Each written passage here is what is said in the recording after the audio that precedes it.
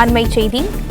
நாடாளுமன்ற தேர்தல் முடிவுகள் குறித்து தொகுதி வாரியாக கட்சி நிர்வாகிகளுடன் ஆலோசனையில் ஈடுபட்டிருக்கிறார் எடப்பாடி பழனிசாமி.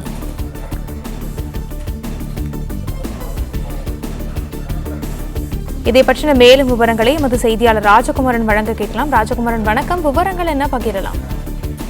நடைபெற்று முடிந்த மக்களவைத் தேர்தலில் அதிமுக 30க்கும் கூடுதலான இடங்களில் போட்டியிட்டிருந்தது. கூட்டணி கட்சிகளுக்கு வழங்கியது போக இந்த நிலையில்தான் போட்டியிட்ட அனைத்து தொகுதிகளிலும் அதிமுக வெற்றியை தவறவிட்டிருந்தது. அது மட்டுமல்லாமல் ஒரு சில தொகுதிகளில் அதிமுக 3வது இடத்திலேயே வாக்கு வங்கியை பெற்றிருந்தது. இந்த நிலையில்தான் மக்களவைத் தேர்தல் முடிவுகள் தொடர்பாக ஆலோசிப்பதற்காக அதிமுக பொதுச் செயலாளர் எடப்பாடி பழனிசாமி சார்பில் இந்த அறிவிப்பு வெளியாகி இருக்கின்றது.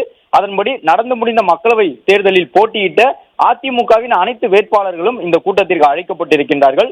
அது மட்டுமல்லாமல் மக்களவை தொகுதி வாரியாக நடைபெறக்கூடிய இந்த கூட்டத்தில் மாவட்ட செயலாளர்கள், அந்தந்த மாவட்டங்களில் இருக்கக்கூடிய முன்னாள் அமைச்சர்கள், தற்போதைய சட்டமன்ற உறுப்பினர்கள் உள்ளிட்டவர்களும் பங்கேற்க வேண்டும் என்று அறிவுறுத்தப்பட்டிருக்கின்றது.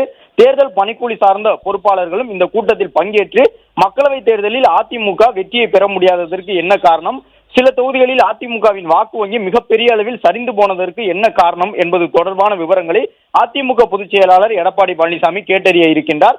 வரும் 10ஆம் தேதி நடைபெறக்கூடிய இந்த கூட்டம் 10ஆம் தேதி தொடங்குகின்றது. அதிமுக தலைமை அலுவலகமான எம்ஜிஆர் மாளிகையில் ஒவ்வொரு தொகுதி வாரியாக காஞ்சிபுரம், ஸ்ரீபெரும்புதூர், சிவகங்கை, வேலூர் என்று அனைத்து மக்களவை தொகுதிகள் வாரியாக நடைபெறக்கூடிய இந்த கூட்டத்தில் பங்கேற்று தங்களுடைய கருத்துக்களை தெரிவிக்குமாறு போட்டியிட்ட வேட்பாளர்களுக்கும் அதிமுகவின் மாவட்ட செயலாளர்களுக்கும் தேர்தல் பணியில் ஈடுபட்ட அனைத்து பொறுப்பாளர்களுக்கும் அதிமுக பொதுச் செயலாளர் அழைப்பு விடுத்திருக்கின்றார்.